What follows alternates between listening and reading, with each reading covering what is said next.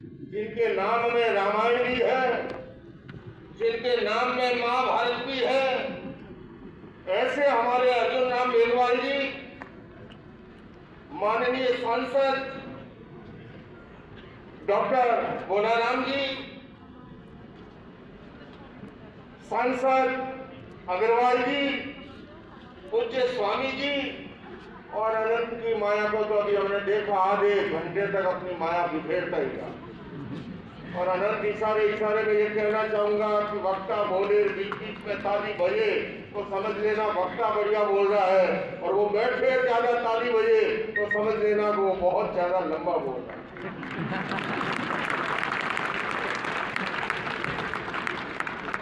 आज का विषय है योग और नेचुरोपैथी के द्वारा विकसित भारत में योगदान। आदरणीय मंत्री जी, चूंकि मैं धर्म के क्षेत्र का व्यक्ति हूं और धर्म शास्त्रों में कहा गया है शरीर माध्यम खलु धर्म साधन। धर्म की साधना और आराधना के लिए भी शरीर का स्वस्थ होना जरूरी है। और मेरा यह मानना है कि स्वास्थ्य और समृद्धि का बड़ा गहरा संबंध है। और इसलिए हमारे लोक भाषा में ये भी कहा, पहला सुख निरोगी काया। और मैं समझता हूं जैसा अभी स्वामी जी ने कहा कि एलोपैथी लोअर कोर्ट है, आयुर्वेद हाई कोर्ट है और नेचुरोपैथी सुप्रीम कोर्ट है।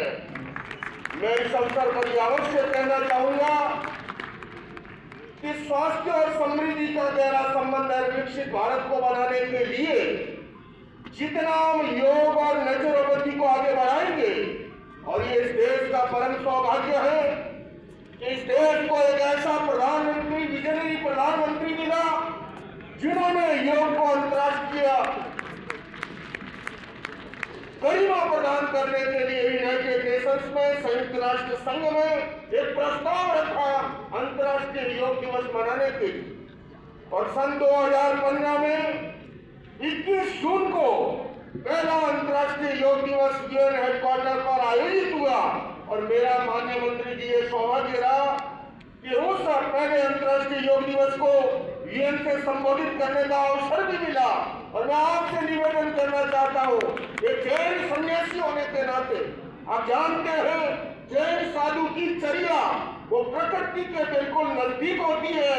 और योग कितनी प्राचीन विरासत है उसका एक उदाहरण मैं जिस परंपरा से आता हूँ, भगवान ऋषभ से लेकर महावीर तक जितनी प्रतिमाएं मिलती है वो सारी की सारी ध्यान और योग की मुद्रा में मिलती है। एक भी प्रतिमा ऐसी नहीं है जो ध्यान और योग की मुद्रा में हो। वो प्रतिमा आज नहीं बनी गई, कोई 500 वर्ष पुरानी है, कोई 1000 वर्ष पुरानी है, कोई 1500 वर्ष पुरानी है। अंत में मैं इतना ही निवेदन करना चाहूंगा, क्योंकि मैं योग और प्राकृतिक चिकित्सा के क्षेत्र में सक्रिय होने के नाते अहिंसा योग और मेडिटेशन सेंटर के माध्यम से कार्यों को आगे बढ़ाते हुए मैं माननीय मंत्री जी से यह अवश्य जरूर कहूंगा कि आप कानून मंत्री भी हैं, आप न्याय मंत्री भी हैं और आप पर्यावरण के मंत्री भी हैं।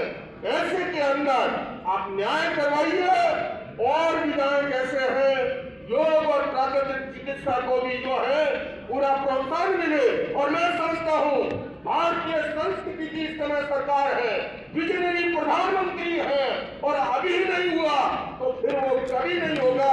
इसलिए मैं यह देश भर से आएंगे लगभग 2500 से अधिक रजिस्ट्रेशन करके शुल्क चुका करके यहाँ प्रतिनिधि उपस्थित हुए हैं, इनकी ओर से आपको निवेदन कर रहा हूँ। और मैं जानता हूँ आप मेरी मारवाड़ की माटी के सपूत हैं, आप राजस्थान के हैं, आपकी सेवाएं नागौर जिले में जैनुषो हाथी को और देश आज आपकी और आशा वाली निगाहों से देखता है। और सूर्या फाउंडेशन और प्राकृतिक आयन जो काम कर रहा है उनके सम्मान में और अनंत के लिए भी मैं कहना चाहूंगा, अभी यहाँ से कहा गया कि ये 20-30 वर्ष पूर्व होया गया था जो आज बरगद बना है, लेकिन उसके बरगद बनने में अनंत ने कभी खाद का काम किया, कभी पानी का काम किया, कभी प्रकाश का काम किया, स्वयं को साथ साथ गलाया है।